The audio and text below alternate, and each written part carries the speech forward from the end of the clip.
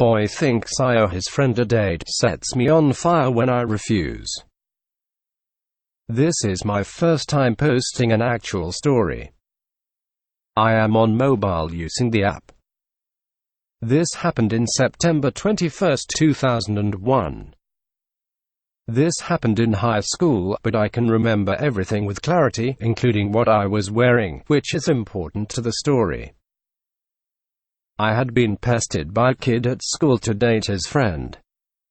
I was not interested in dating, and it was a few years after that I learned that I was actually asexual.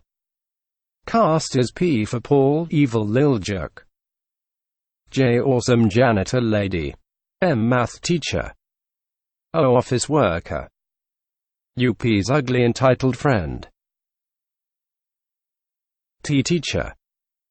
TH, teacher's husband, also a teacher. Mom, best mom ever.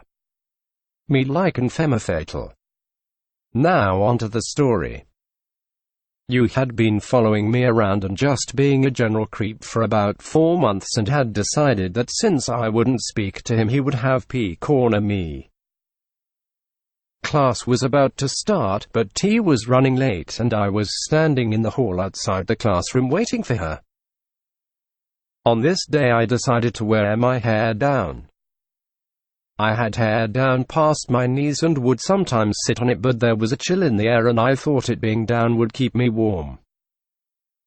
My hair is also the only thing I like about myself, and being proud of its length, wanted to show it off a little. P shows next, and for a few minutes we're alone in the hallway. The conversation went as follows. P, sir, I heard you spent the night with other boy I was tutoring that attempted to rape me, but I thought you didn't date. Me, I don't date. He's a liar. P, sure. Look, you thinks you're cute. Just go out with him. A fat dollar like you won't find anyone better. You may as well go out with him. This had been the 8th time he had said this to me within 3 days. Me, look. My answer is no. My answer will always be no. If you keep bothering me about it, you're going to be sorry. P, yeah, right. Either go out with him or you'll regret it. By now the rest of the class had gathered in the hall to watch. Me, if you don't leave me alone, I'm going to smack you into next week. Single quote. Before he could respond, TH approached us looking cheerful. TH, hey guys. I'm going to be your sub for this class. T has been called into a conference and won't be here to teach the next few classes. This was aimed at me because I was her assistant for her free period, which was next. I did little things like organized folders and ran things to other teachers. This meant I would have nothing to do after class and likely be left alone in the classroom until my next class. We got to our seats and TH looked over the assignment. However, he's a math teacher and this was English class, so he decided it best we get a start on our homework to take up our class time. I sit at the front. I have really bad eyesight, so I had to sit at the front to be able to read the board.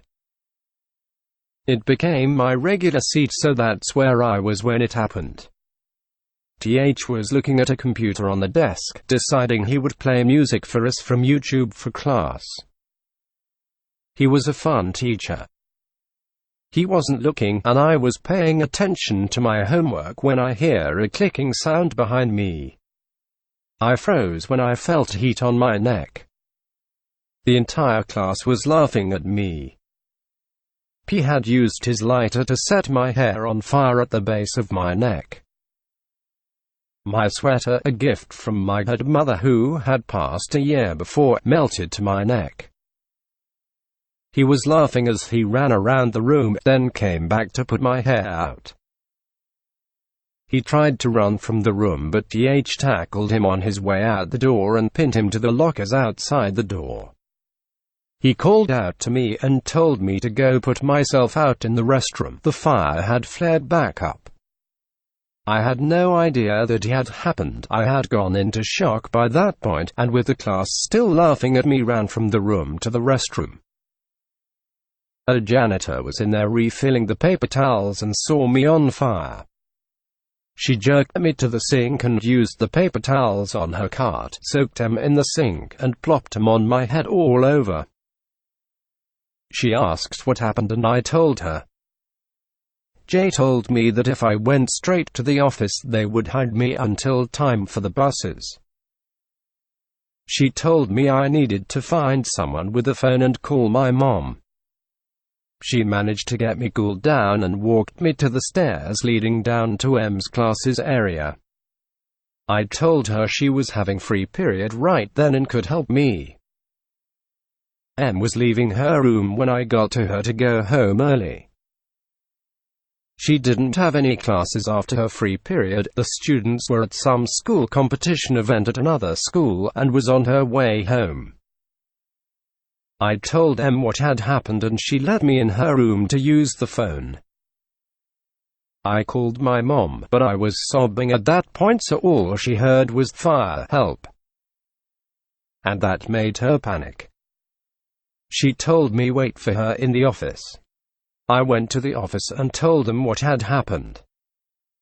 O put me in the lost and found closet and told me to wait there. My mom showed up, furious that I was in the closet, and even more angry the police had not been called by the school. Luckily she had called them on her way to the school and they showed up a few minutes later. P had managed to leave the premises without the school stopping him. Mom tried to file charges, but all it did was give him 2 days in juvenile detention. I had to be hospitalized for 33 days. I had 3rd and 4th degree burns, developed PTSD, had a mental stunt where my mind is stuck as a 12-year-old according to my therapist, and had a nervous breakdown where I had to spend time in another hospital to figure out what medicine would work to help me sleep at night. My hair had been burned almost completely off, leaving a small patch that, given how early my hair is, popped up into a small afro. I was removed from school for my safety, but I did graduate from a GED school a year earlier than my class in high school. Nobody would take my case, not even lawyers from different states. Turns out that with the way the school is set up, there's no way to fight them and win. Even if they were in the wrong. I'm doing better now. I've been coming out of my house to go to the grocery with my mom, been spending time at my brother's shop, and am about to be an aunt in a few weeks. Things are looking up. Thanks for reading. I know it's a long story. I also know it seems unbelievable, but it's true. I have the scars to prove it. My hair hasn't grown out very much and there's a patch that will never grow due to scarring, but my hair is long enough to dress up and be pretty again.